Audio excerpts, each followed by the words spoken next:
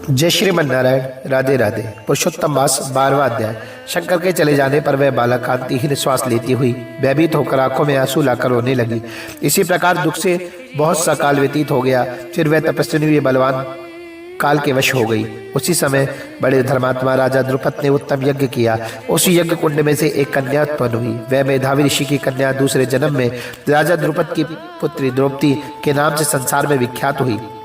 सो यह राजन द्रुपद के स्वयंवर में मछली की आंख बीतने पर अर्जुन को मिली। हे नारद, पुरुषोत्तम का अनादर करने से दुशासन ने इसके बालों को पकड़कर खींचा, परंतु उस समय मैं बारंबार मेरे नामों को याद करने लगी। श्री कृष्ण कहने लगे, यदि द्रौपदी को मैं भूल ही नहीं गया था तो भी मेरे स्मरण को आई। और हे राजन, मैं तत्काल ही गरुड़ पर चढ़कर आया और अनेक प्रकार से खींचे हुए चीर को इतना बढ़ाया कि दुशासन उसको खींचता हुआ अचेत होकर गिर गया।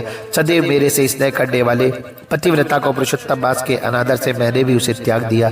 पुरुषोत्तम मास को तिरस्कार करने वाली को भी मैं त्याग देता हूँ। इसलिए सब प्रकार से पुरुषोत्तम मास ऋषियों और देवताओं के भी सेवन योग्य है। फिर मनुष्य को तो अत्यंत ही मनवांछित फल देने वाला है। इसलिए आने वाले पुरुषोत्तम मास की आराधना करो। 14 वर्ष पूरे हुए, अब सब कुछ अच्छा ही होगा। श्री नारायण कहने लगे। इस प्रकार श्री कृष्ण द्रौपदी और पांडवों को समझाकर द्वारिकापुरी जाते हुए बोले, हे राजन, अभी विरह से व्याकुल द्वारिकापुरी में जा रहा हूँ। ऐसा कहने पर भगवान प्रेम में मगन हो पांडुपुत्रों को धीरे धीरे लौटाकर द्वारिकापुरी को चले गए। श्री नारायण बोले, श्री द्वारिका नाथ के द्वारिका जाने पर युधिष्ठिर अपने भाइयों सहित तप करते हुए तीर्थों में विचरने लगे। हे नारद, श्री भगवान के प्रिय पुरुषोत्तम मास को मन में धारण कर श्री कृष्ण का वचन स्मरण कर अपने भाइयों और द्रौपदी से बोले, अहो, आप सबने पुरुषोत्तम का महात्म्य सुना।